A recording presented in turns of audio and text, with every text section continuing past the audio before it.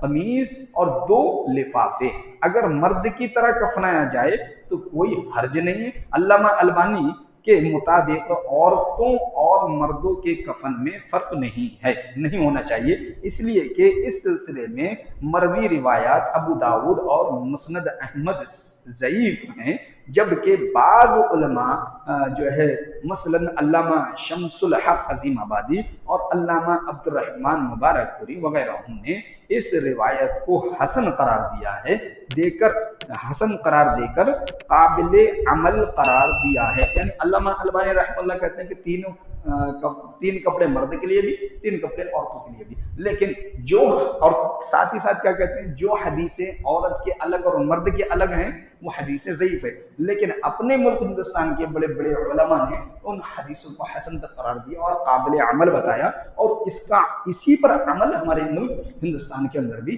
چل رہا ہے۔ عورتوں کے لیے 5 کپڑے اور مرد کے لیے 3 کپڑے، اس طرح سے جو ہے استعمال۔ اور کیا کپڑے جو 5 ہوں گے ان میں کیا کیا ہوں گے وہ بھی بتلا رہے ہیں کہ ایک تہبند ہوگا، تہبند کہاں سے باندھتے، لنگی، کمر سے نیچے تک، وہاں کے لیے ایک ہوگا، پھر اس کے بعد میں ایک دوپٹہ ہوگا، وہ سر کے پاس میں ہوگا، ایک دوپٹہ ہوا، پھر اس کے بعد میں ایک قمیص ہوگی جو شولڈر سے لے کر یہاں کمر تک، یہاں تک آئے گی ایک قمیص، اور 2 لفافے ہوں گے اس کے اوپر سے۔ مطلب لفافے کیسے ہوں گے، ایک پیروں سے لے کر یہاں تک، پھر دوسرا سر سے لے کر یہاں تک اوپر سے ڈھکنے کے لیے 2، اور 3 اندرونی طور پر ہوں گے، ایک تہمت، دوسرا قمیص اور تیسرا دوپٹہ۔ اور دوپٹہ ایسے سر کو ڈھانپ کے بھی جو ہے یہاں تک ڈالا جا سکتا ہے، یا اس کو ایسے ہی چھوڑ کر بعد میں اس کو بھی ایسے کر کے لپیٹ دیا جائے گا، اس طرح سے۔ تو مرد کے 3 کپڑے، عورت کے 5 کپڑے، اور انہی پر عمل ہے، اسی پر عمل بھی ہے ہمارے ملک کے اندر، اور دوسرے کئی علماء کے نزدیک اس چیز کو رائج ہے۔ میت کو قبر میں رکھتے وقت کفن کے گروہوں کو کھول دینا چاہیے، کیونکہ ہم نے کہا نا کہ 3 گرہ بندیں گی، ایک یہاں پر، دوسرا پیروں کے پاس اور تیسرا سر کے پاس۔ تو جو ہے یہاں کی گرہ نہ کھلے لیکن پیر کے پاس کی اور سر کے پاس کی تو گرہ جو ہے وہ کھول دینی چاہیے۔ اچھا، سمجھ میں آیا غسل اور سمجھ میں آیا کفن؟ کوئی ڈاؤٹس باقی؟ آپ کہیں بھی جا رہے ہیں، آپ فوری طور پر میت کی لمبائی کتنی، اس کی لمبائی کے حساب سے آپ کفن خود سے کاٹ لے سکتے، خود سے تیار کر لے سکتے۔ عام طور پر جو ہے دکانوں میں فکس رہتا ہے کفن، خالی کاٹ کے دیتے، فکس رہتا ان کا سب کچھ، جو چیزیں چاہیے۔ اب تو کفن کی بھی ایک کٹ آ رہی ہے، پوری کٹ بنی ہوئی، کتنا کافور چاہیے، کتنا کیا چاہیے، کتنا کس چیز کی ضرورت، پوری ایک کٹ آ رہی ہے، اس میں چٹائی بھی رہتی ہے اور سب کچھ رہتا ہے۔ لوگ اس میں بھی کما رہے ہیں، ظاہر سی بات ہے، کسی کے یہاں میت ہوئی تو کسی کی روزی چل رہی ہے نا، کسی کے یہاں وہ دکھ ہوا تو کسی کے یہاں خوشی آئی، دے دیتے، دینا پڑتا۔ وہ پلٹ کے وہ بھی بولتا ہے کیا میت کے لیے اتنا نہیں کر سکتے، انہیں پھر باتیں مارتا، سمجھ رہے ہیں نا۔ اور دوسری بات کیا جانتے ہیں ہم، پھول والے کتنے پھول ہیں، وہ روزانہ اس بات کا انتظار کرتا ہے کہ کون مرے گا، کتنے مریں گے، وہ مرا تو اس کا گھر چلتا، قبر کھودنے والا روزانہ انتظار کرتا ہے کون تو بھی آئے، کوئی آئے، اس کا بھی گھر چلنا ہے نا۔ تو کسی کی موت سے کسی کا گھر، یہ نظام ہے، یہی نظام اللہ نے رکھا ہے، سمجھے نا۔ اس دنیا کے اندر کوئی انسان یہ نہیں کہہ سکتا کہ میں خود مختار ہوں، مجھے کسی کی ضرورت نہیں، نہ آپ اپنے بال نہیں کاٹ سکتے، ضرورت پڑے گی آپ گاڑی جو چلا رہے ہیں اس کے اندر 1000 ضرورتیں آپ پوری نہیں کر سکتے، آپ کو ضرورت پڑے گی۔ آپ کے کپڑے آپ خود نہیں سل سکتے، آپ کا جوتا آپ خود تیار نہیں کر سکتے، آپ کھانا خود نہیں بنا سکتے، اس کھانے میں جتنی چیزیں آتی ہیں وہ چیزیں آپ کو دوسروں سے لینی ہی پڑیں گی۔ جس ٹوائلٹ میں آپ جاتے وہ آپ صاف نہیں کر سکتے، اس کی بھی ضرورت پڑتی ہے دوسروں سے۔